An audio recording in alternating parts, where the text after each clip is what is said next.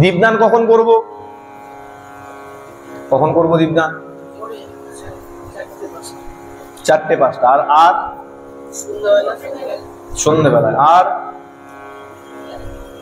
হ্যাঁ, যখন সময় পাই। সবাই ভালো করে শুনবেন, ধর্ম কোনো ছেলে খেলার বিষয় নয়। ধর্মকে একটু ওই আমরা বলি না সিরিয়াস ভাবে নাও, একটু ধর্মকে গুরুত্ব দিয়েই দেখা উচিত। অনেকে বলেন, আমি কাউকে কটাক্ষ করছি না, অনেক মহারাজকে বলতে শুনেছি, সময় পাও না, যখন পারো তখন দেখিও।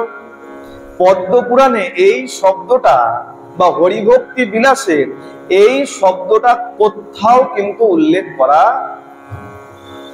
দুটো শব্দ বলা হয়েছে। কখন দীপদান করবে? হয় সূর্যোদয়ের পূর্বে, আর নচেত সূর্য অস্ত যাওয়ার পরে। কিসের কথা বললাম? দীপদানের কথা বললাম। ভগবানকে প্রদীপ প্রদর্শনের কথা বা আরতির কথা বলিনি।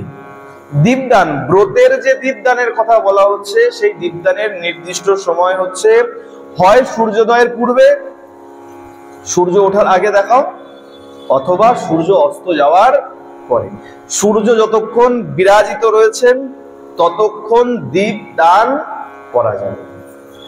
অনেকে বলবে আমাদের সময় থাকে না বাবা, কি করব? অনেকে থাকে চাকরি বাকরি করে, আমরা কি করে দেখাবো?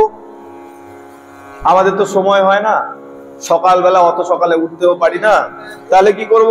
ভালো করে শোনো, যদি তার সময় না হয়, বাড়িতে যখন ফিরবে, আচ্ছা 11টায় ফেরো, খুব ভালো কথা। আচ্ছা 12টায় ফেরো বাড়িতে, অফিস থেকে রাত 12টার সময় বাড়িতে ফেরো।